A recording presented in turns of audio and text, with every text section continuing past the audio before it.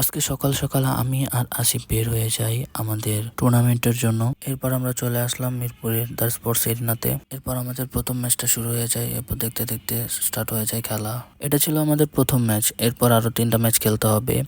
3টা ম্যাচ শেষে টোটাল যে স্কোর হবে, যার পয়েন্ট সবচেয়ে বেশি থাকবে, তারাই হতেছে কোয়ার্টার ফাইনাল খেলবে। এরপর সেমিফাইনাল, তারপরে ফাইনাল, এইভাবে চলতে থাকে আমাদের ম্যাচ। তো এটা ছিল আমাদের প্রথম ম্যাচ। প্রথম ম্যাচে আমরা 1-0 স্কোরে আগাই থাকি। এরপর আমরা এখানে বসে খেলা দেখতেছিলাম। খেলা শেষে শুভভাবে এখানে মজা করতেছিল। আর এখানে চেঞ্জিং রুমের কথা কি বলবো, যে অবস্থা এখানে সবার টিমের প্রায় সব কিছু এখানে রাখা ছিল। সেকেন্ড ম্যাচ শেষ করে আমি আবার এখানে বসেছিলাম। তো সেকেন্ড ম্যাচে আমরা করে ফেলি ড্র। আর এখানে ভাইরা আছে, সবাই এখানে মজা করতেছে, গান ছাড়তেছে, আবার আড্ডা দিতেছে। আর এখানে আমি আসিফের সাথে বসে আছি, খেলা দেখতেছে, অনেক সুন্দর খেলা হতেছিল। তো হঠাৎ করে একজন ইনজুরি হয়ে যায়। আর এখানে ছবি তোলার জন্য টুর্নামেন্টের সব ট্রফি মেডেল রাখা হইতেছিল।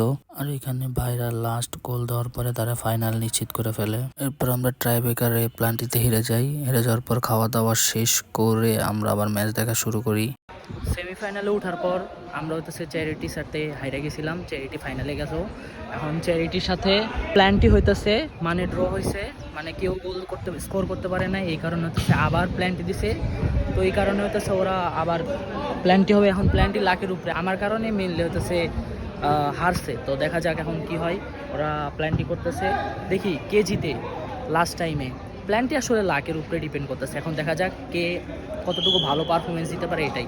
তো ওদের প্ল্যানটি শুরু হয়ে গেছে, কালচারাল আর চ্যারিটি। তো দেখা যাক এখন কি হয়। এরপর একের পর এক গোল চলতে থাকে, কিন্তু কেউ আসলে আগে যেতেছে না, বারবার সমান হইতেছে। এই কারণে তো এটা হইতেছে লাস্ট গোল দিয়ে তারা জিতে ফেলে। আর এখানে ফাইনাল জিতে তারা সেলিব্রেশন করতেছে। একটু পরে তাদের হাতে ট্রফি তুলে দিবে। তো আমরা দেখতে দেখতে বাসায় চলে আসি। কি আর করার, হতাশে বাসায় ফেরা।